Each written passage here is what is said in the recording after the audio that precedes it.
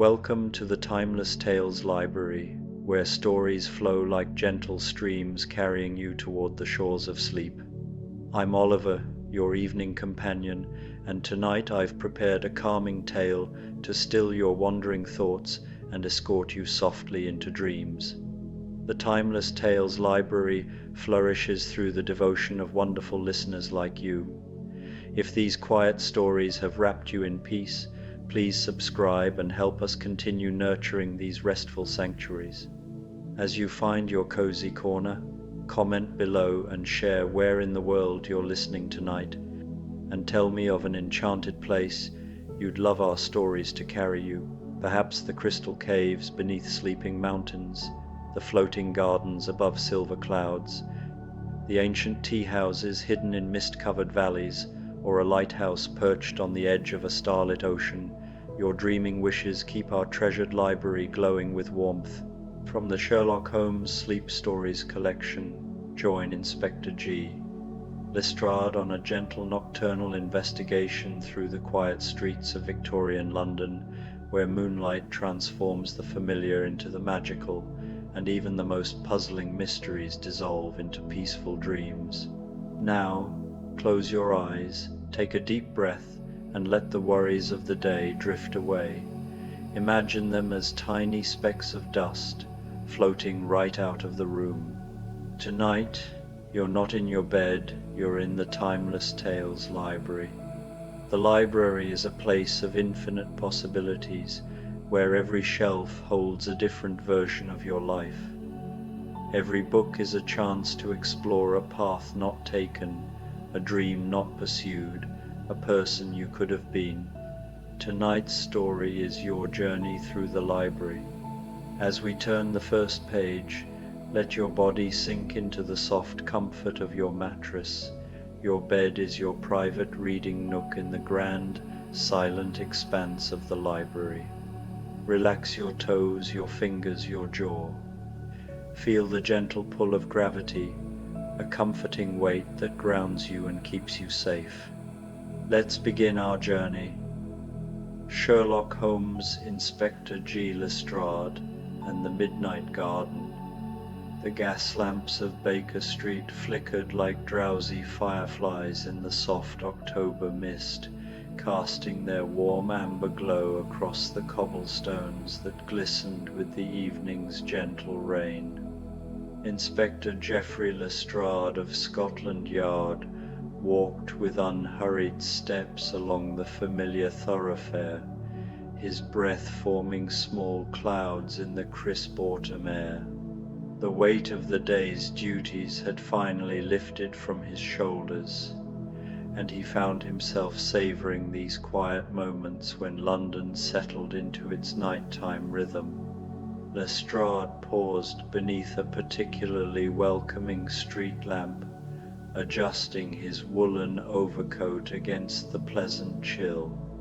The inspector had always been a man who appreciated the city's gentler moods, those peaceful interludes between the bustle of day and the deep rest of night. Tonight, something in the air felt particularly serene, as if the very atmosphere invited contemplation and calm. From his coat pocket, he withdrew a small, leather-bound notebook, not the official police issue he carried during working hours, but a personal journal where he recorded observations of a different sort. The quiet beauty of London's streets, the way fog transformed familiar corners into dreamlike landscapes, the comforting sounds of the city settling into evening. These were the details that brought him peace, the gentle mysteries that required no solving, only appreciation.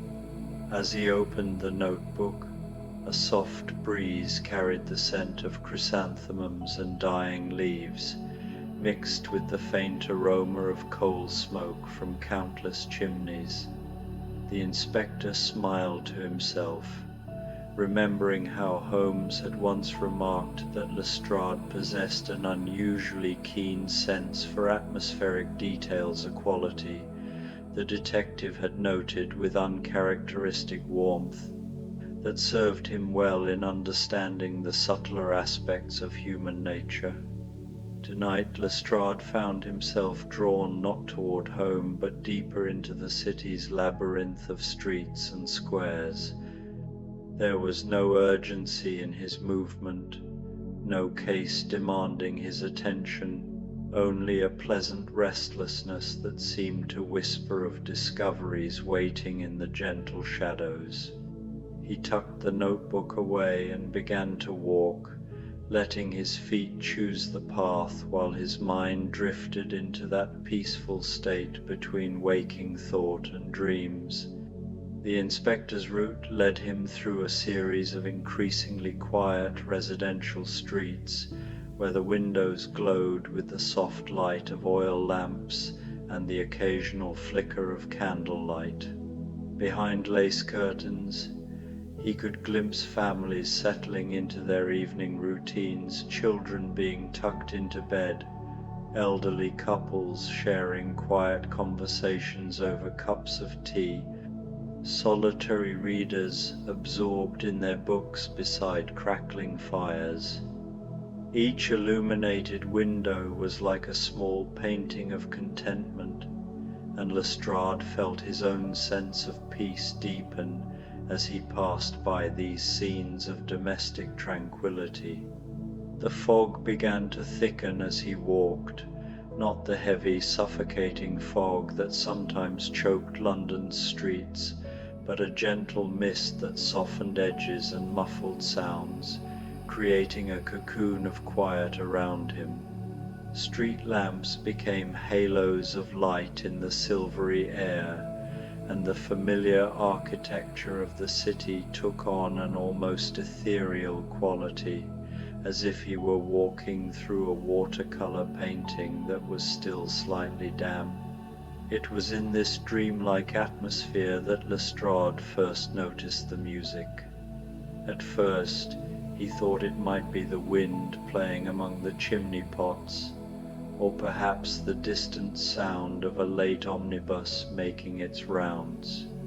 But as he paused to listen more carefully, he realized it was indeed music, a soft melodic tune that seemed to drift through the fog like a friendly ghost. The melody was hauntingly beautiful, played on what sounded like a violin, but with a gentleness that spoke of private practice rather than public performance. Intrigued but not alarmed, for even mysteries could be peaceful on a night like this, Lestrade followed the sound through the winding streets. The music led him away from the main thoroughfares and into one of London's hidden residential enclaves, where Georgian townhouses stood shoulder to shoulder behind wrought iron gates, their small front gardens creating pockets of greenery in the urban landscape. The melody grew clearer as he approached a particular street, and Lestrade realized with growing wonder that the music seemed to be coming from above, not from the houses themselves, but from their rooftops or upper floors, as if the musician were performing for the stars rather than any earthly audience. The street the inspector found himself on was particularly charming, lined with elegant four-story houses that had clearly seen better days but retained their dignity despite the gentle wear of time.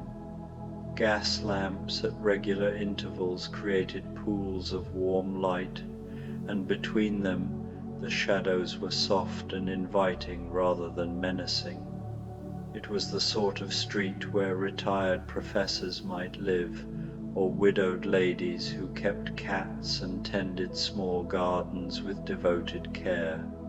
As Lestrade walked slowly down this peaceful thoroughfare, the violin music continued to weave through the air above him, sometimes growing stronger, sometimes fading to barely more than a whisper. The melody itself was nothing he recognized, not a classical piece or a popular tune, but something entirely original, as if the musician were composing in the moment, letting the music flow from some deep well of quiet inspiration. The inspector found himself walking more and more slowly, not because he was tired, but because the music seemed to invite a leisurely pace. Each note hung in the misty air just long enough to be fully appreciated before dissolving into the next, creating a gentle rhythm that seemed to synchronize with his heartbeat and breathing. Without quite realizing it, Lestrade felt his shoulders relaxing, the last vestiges of professional tension melting away like frost in the morning Sunday. It was then that he noticed the gardens. Between the elegant townhouses, small front gardens created intimate spaces filled with the remnants of autumn's glory. Even in the gaslight and fog, Lestrade could make out the shapes of carefully tended flower beds, now mostly dormant but still beautiful in their seasonal rest. Roses had given way to chrysanthemums, and these hardy flowers glowed like jewels in the gentle light, deep burgundy, warm gold, and soft cream colors that seemed to capture and hold the illumination from the street lamps. But it was one garden in particular that caught his attention. Behind a low iron fence, almost hidden between two larger houses, lay what appeared to be a miniature paradise. Unlike its neighbors, this garden was not merely surviving the autumn but positively thriving. Flowers that should have long since succumbed to the October chill bloomed as if it were still the height of summer roses in full flower, jasmine trailing sweet perfume into the night air, and beds of lavender that seemed to glow with an inner light. The violin music was strongest here, drifting down from the upper floors of the narrow house that presided over this impossible garden.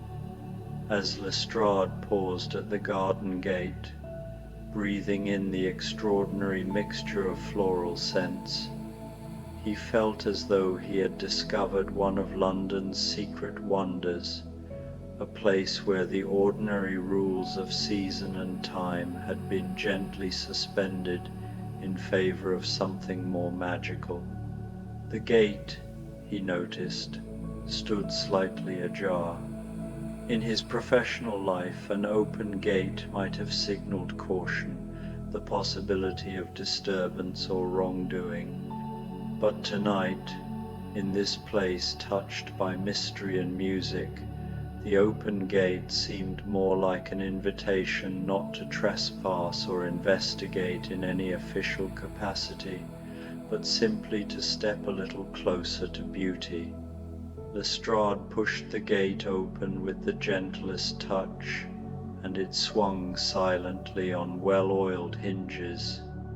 The garden path was made of smooth river stones that had been worn to a pleasant roundness, and they made no sound beneath his careful feet. As he walked deeper into the garden, the inspector felt as though he were entering a different world entirely, one where the harsh edges of urban life had been softened into something approaching paradise. The flowers surrounding him seemed to pulse gently with life and color. Roses in shades he had never seen before, deep blues that faded to silver, purples so dark they appeared almost black in the lamplight, and whites so pure they seemed to generate their own luminescence. The jasmine created a natural canopy overhead, its star-shaped flowers releasing waves of perfume that mixed with the earthier scents of lavender and rosemary. Above him, the violin music continued its gentle serenade, and Lestrade realized that whoever was playing could almost certainly see him in the garden below. Yet rather than feeling like an intruder, he felt welcomed, as if the music itself were an invitation to linger in this peaceful space and let the beauty of the moment wash over him. At the center of the garden stood an ornate wooden bench, clearly designed for quiet contemplation. Its surface was smooth with age and wear, and cushions in faded velvet suggested that someone regularly used this spot for reading or reflection. Beside the bench, a small fountain provided the gentle sound of moving water, not a grand display, but a simple arrangement where water trickled from a carved stone basin into a pool below, creating a soft, rhythmic music that harmonized perfectly with the violin above. Lestrade settled onto the bench with a deep sigh of contentment. The cushions were surprisingly warm, as if they had been sitting in sunshine rather than cool autumn air, and the inspector felt the last of his physical tension dissolve as he leaned back and allowed himself to simply exist in this moment of unexpected peace. From his new vantage point, he could see that the garden was even more extensive than he had first realized. Paths wound between carefully arranged flower beds, each turn revealing new combinations of color and fragrance. Somewhere in the deeper reaches of the garden, he caught glimpses of what appeared to be fruit trees, their branches heavy with what looked like ripe pears and apples, another impossibility that only added to the dreamlike quality of the place. The violin music shifted into a new melody, even gentler than the first, and Lestrade found his eyelids growing pleasantly heavy. The day's memories seemed to recede into comfortable distance, the paperwork, the meetings, the small frustrations and victories that made up a policeman's routine. In their place came a profound sense of stillness, as if he had found one of those rare pockets of time where the world paused to catch its breath. As the notes danced through the air, Lestrade's mind wandered to memories long buried under the weight of his duties. He recalled his early days on the force, when the thrill of the chase had outweighed the toll it took on his spirit. Back then, London had seemed a labyrinth of shadows and secrets, each case a puzzle that demanded his full attention. But years of relentless pursuit had worn him down, turning what was once passion into mere obligation. Here, in this enchanted enclave, those burdens felt distant, like echoes from another life. A soft rustle drew his attention to the far end of the path. Emerging from the shadows was a figure, a woman, he surmised from the graceful silhouette, clad in a flowing gown that shimmered like moonlight on water. She carried the violin, its polished wood catching the faint glow from the house windows. Her playing didn't falter as she approached, her steps as silent as the river stones beneath Lestrade's feet. She was no ordinary musician. Her eyes held a depth that spoke of stories untold, perhaps of losses and joys woven into the fabric of this hidden paradise. She stopped a respectful distance away, lowering the bow but letting the final note linger in the air like a promise. "Inspector," she said, her voice a melody in itself, warm and laced with a faint accent he couldn't place. "You've found my sanctuary. Few do, and fewer still are welcomed by the garden itself." Lestrade straightened slightly, surprise mingling with curiosity. "How did you know my title?" he asked, though his tone held no accusation, only wonder. She smiled, a gentle curve that lit her features. The garden whispers secrets to those who listen, and you've been listening, haven't you? To the music, to the peace it offers. She gestured to the bench beside him, and after a moment's hesitation he nodded. She sat, placing the violin carefully on her lap, its strings still humming faintly. They spoke then, in hushed tones that blended with the fountain's trickle. She revealed herself as Elara, a guardian of sorts for this anomalous space, a remnant of old London magic, preserved against the encroachment of industry and time. The garden, she explained, bloomed eternally through a delicate enchantment tied to music and memory. It drew in the weary, offering respite to souls like his, battered by the city's unyielding grind. As they conversed, Lestrade shared fragments of his own life, the unsolved cases that haunted him, the camaraderie with colleagues like Holmes and Watson that kept him going. Elara listened without judgment, her presence a balm that encouraged honesty. In return, she recounted tales of the garden's visitors, poets who found lost verses here, lovers who mended broken hearts under the jasmine canopy. Time stretched in that conversation, the night deepening yet never growing cold. The fruit trees rustled as if in approval, dropping a perfect pear into Lestrade's hand, its skin warm and inviting. He bit into it, the juice sweet and revitalizing, chasing away the last vestiges of fatigue. When dawn's first light began to filter through the leaves, Elara rose, violin in hand. "You must return to your world, Inspector," she said softly, "but remember the gate will always stand ajar for you." Lestrade stood, feeling renewed, as if the garden had infused him with a quiet strength. He nodded farewell, stepping back onto the path with a lighter heart. As he exited the gate, the violin resumed, a farewell serenade that followed him into the awakening streets of London.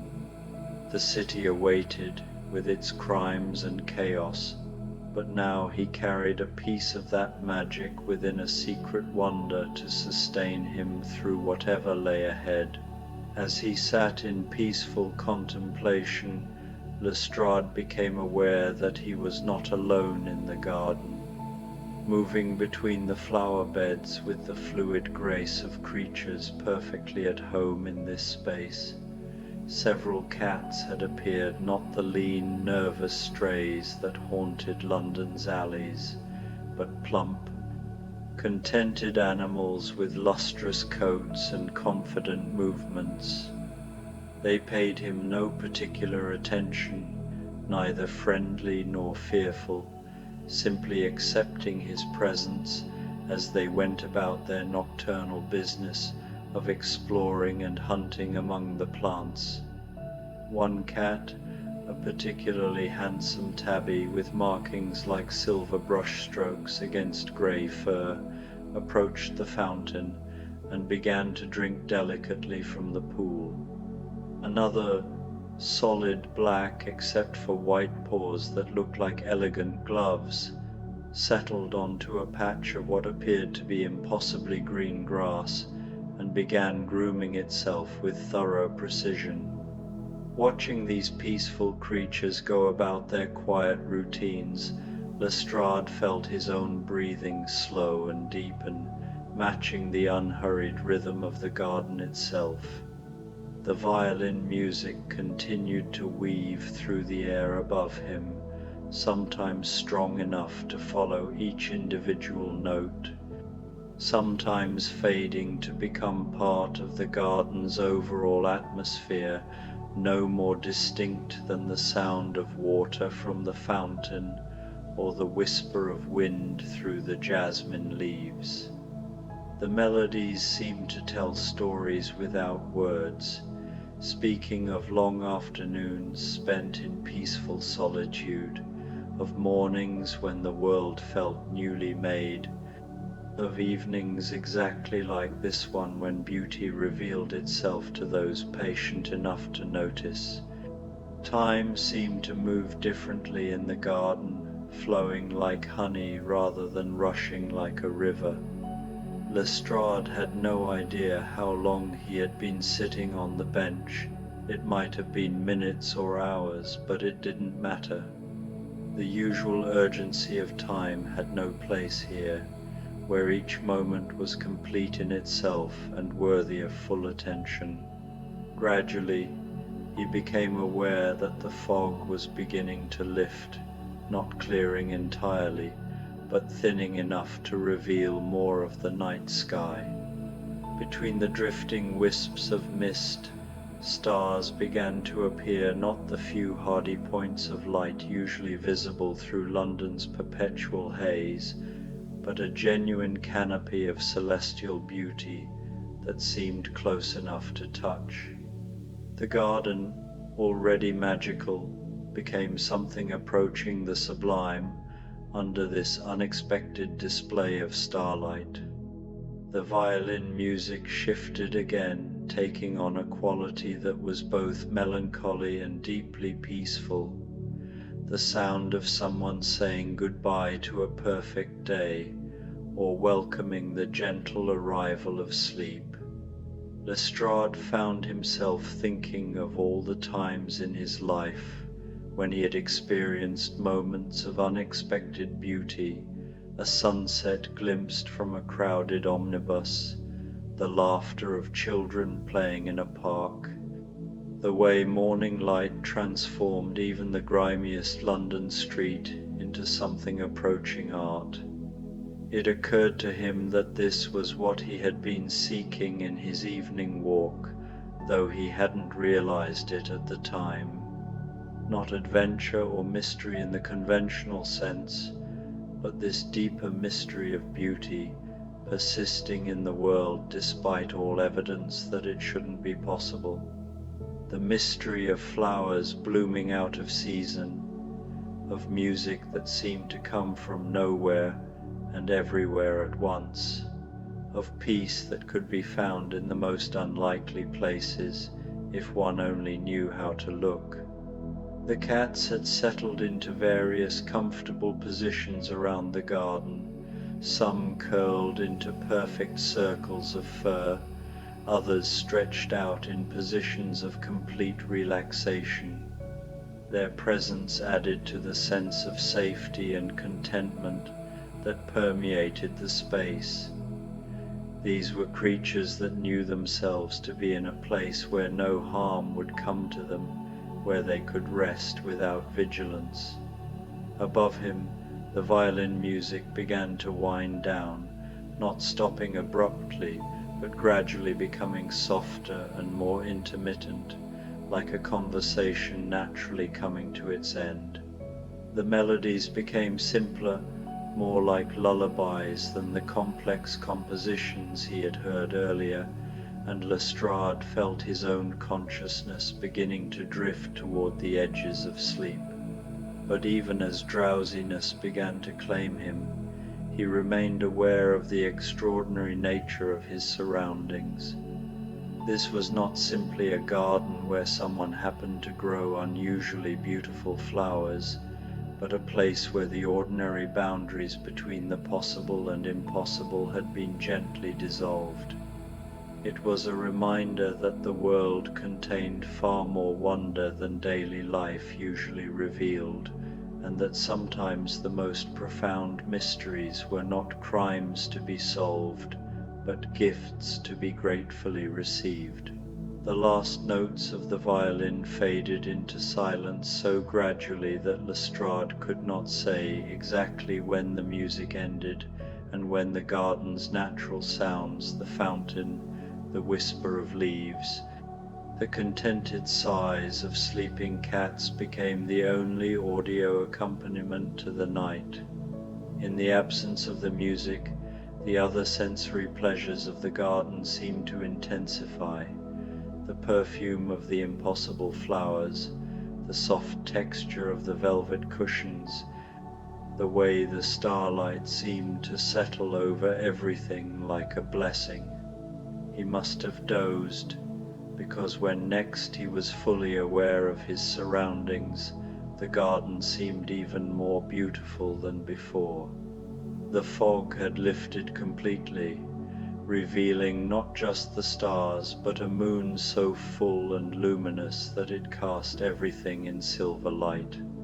Under this celestial illumination, the garden revealed new layers of beauty, the intricate patterns of shadows cast by the jasmine, the way moonlight caught and held in the petals of the white roses, the gentle shimmer of water in the fountain. The cats had rearranged themselves during his brief sleep, some disappearing entirely while new ones had appeared, but all maintaining the atmosphere of perfect peace that seemed to be the garden's natural state. One particularly bold individual, a cream-colored cat with the longest, most luxurious fur Lestrade had ever seen, had actually climbed onto the bench and curled up beside him, purring with a sound like a distant engine of contentment. As his consciousness fully returned, the inspector realized that the violin music had resumed, though it was now so soft and intermittent that it seemed more like a memory of music than actual sound. Occasionally, a few notes would drift down from above, sweet and clear in the still air, but mostly there was only the garden's own gentle symphony of natural sounds. Looking around him with fresh eyes, Lestrade noticed details that had escaped his attention before. Hidden among the flowers were small sculptures, not grand artistic statements, but modest pieces that seemed to grow naturally from their surroundings. A bird carved from what looked like moonstone perched among the lavender, a small fountain figure of a child, reading a book presided over a corner where herbs grew in neat aromatic rows. Each piece added to the sense that this garden was someone's beloved project, tended not just with skill but with deep affection. The realization brought with it a gentle curiosity about the gardener and musician who had created this haven. Who was the person whose violin had led him here? What sort of individual possessed both the knowledge to create such an extraordinary garden and the sensitivity to provide just the right musical accompaniment to a stranger's chance visit? As if in response to his wondering, a figure appeared at one of the upper windows of the house. Silhouetted against the warm light within, Lestrade could make out the shape of an elderly person, he thought, perhaps a woman, though the distance and shadows made it difficult to be certain.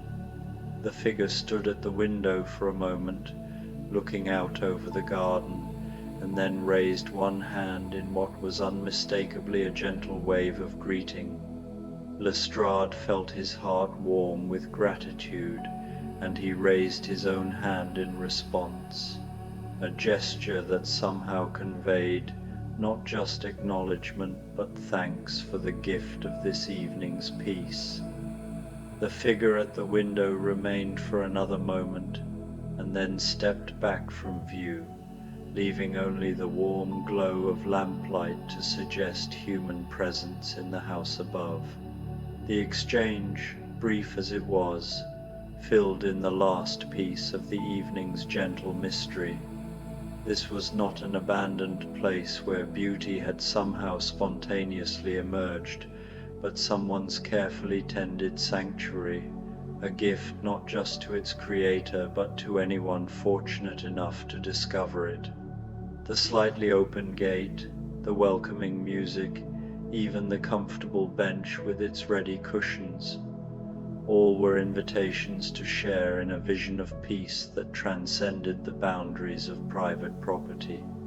With this understanding came a sense of completion, as if the evening had reached its natural conclusion.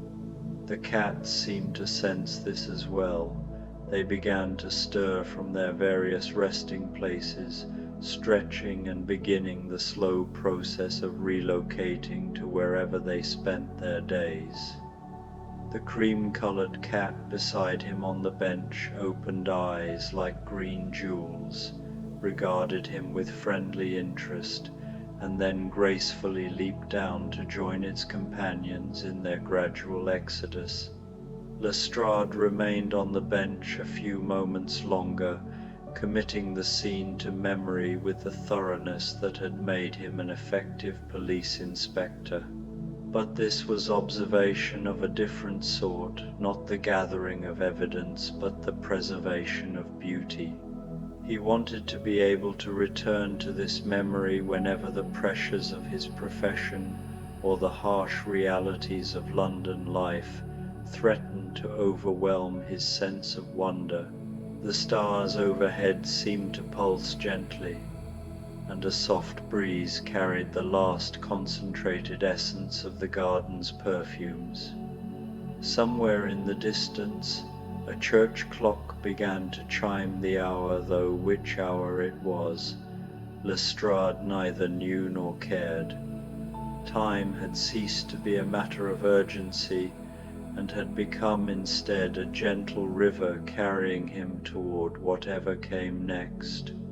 Rising from the bench with reluctance but also with deep satisfaction, the inspector began to retrace his steps through the garden. The path seemed even more beautiful in reverse, revealing new angles and perspectives on the flowers and sculptures he had observed before. At the fountain, he paused to trail his fingers in the cool water, a gesture that felt like a benediction both given and received. The cats had mostly vanished by now, disappeared into whatever secret places they called home, but their presence lingered in the garden's atmosphere of perfect contentment. As he approached the gate, Lestrade turned back for one final look at the scene that had provided such unexpected peace. Under the starlight and moonbeam illumination, the garden seemed to glow with an inner light, as if the beauty it contained was too great to be entirely contained. The gate closed behind him with the same whisper-quiet precision with which it had opened, and Lestrade found himself once again on the ordinary London street. But ordinary no longer seemed like an adequate description.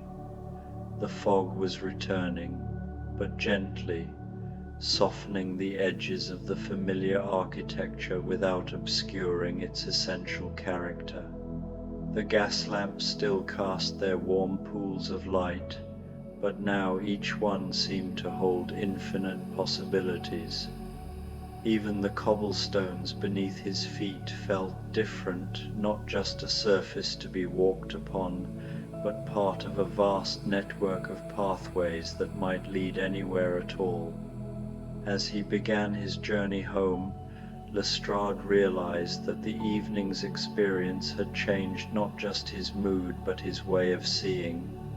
The city he had walked through thousands of times before now revealed layer upon layer of hidden beauty, the way shadows fell across a doorway, the soft glow behind curtained windows, the intricate ironwork of railings that someone had crafted with care decades before he was born. The violin music had long since faded into memory, but its echo seemed to linger in his mind, a gentle melody that would, he suspected, return to him in quiet moments for years to come. It would be his own private soundtrack for times when the world seemed too harsh or too hurried, a reminder that beauty persisted even in the most unlikely places. His route home took him past shops and offices that would tomorrow resume their busy commercial life, but tonight stood in peaceful rest. Behind their darkened windows, Lestrade could almost sense the potential for wonder that daily routine usually obscured, the possibility that any ordinary day might contain its own moments of unexpected grace, if one only knew how to recognize them. By the time he reached his own familiar street, the inspector felt as though he were returning from a much longer journey than a simple evening walk. The experience in the garden had been brief in terms of measurable time, but rich beyond calculation in terms of its effect on his spirit. He felt renewed in a way that sleep alone could never accomplish, refreshed not just physically but in deeper, more essential ways. His own front door, when he reached it, seemed to welcome him home with unusual warmth. The key turned smoothly in the lock, the hinges made no sound, and even the familiar creak of the floorboard in his entry hall sounded musical rather than merely functional. Inside, his modest quarters felt not cramped or Spartan, but cozy and sufficient, a perfect place for a man who had learned to find wonder in the world beyond his walls. As he prepared for bed, Lestrade moved with the unhurried grace that the evening had taught him. Each simple action, hanging his coat, placing his notebook on the bedside table, drawing the curtains against the night, felt like part of a peaceful ritual rather than mere routine. The care with which he performed these ordinary tasks was itself a way of honoring the extraordinary gift the evening had provided. When he finally settled into bed, the inspector found that sleep came not as an escape from the day, but as its natural continuation. The garden's peace seemed to have followed him home, creating an atmosphere of such complete relaxation that his body seemed to sink into the mattress as if it were made of clouds. His breathing deepened and slowed, matching the rhythm he had learned beside the fountain, while his mind drifted into that pleasant space between waking thought and dreams. The pillow beneath his head felt softer than he remembered, and the familiar sounds of his neighborhood, the distant clip-clop of a late hansom cab, the gentle sighing of wind through the eaves seemed to form their own quiet symphony.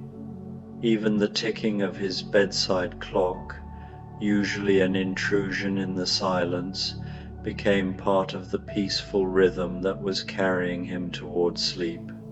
As drowsiness deepened, images from the evening began to blend and shift in his mind's eye.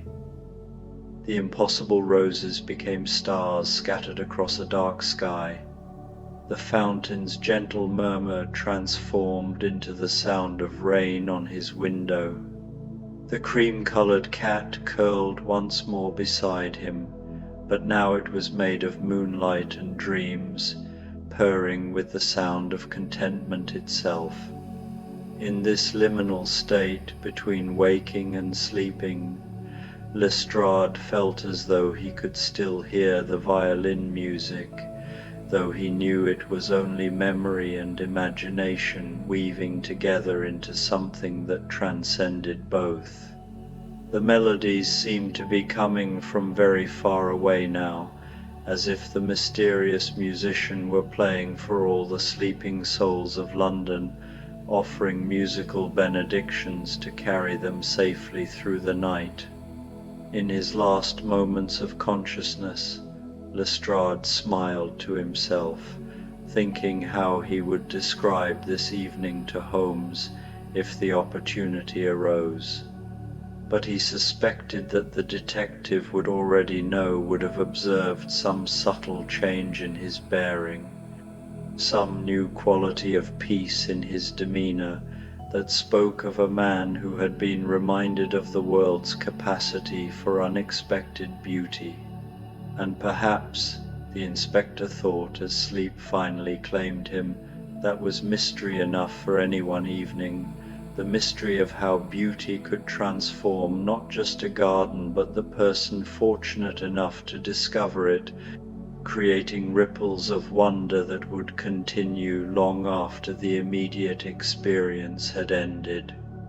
In his dreams that night, Inspector Geoffrey Lestrade walked again through impossible gardens where flowers bloomed out of season and music drifted down from starlit windows, while cats with jewel-bright eyes kept him company on his journey toward the deepest, most restorative sleep he had known in years.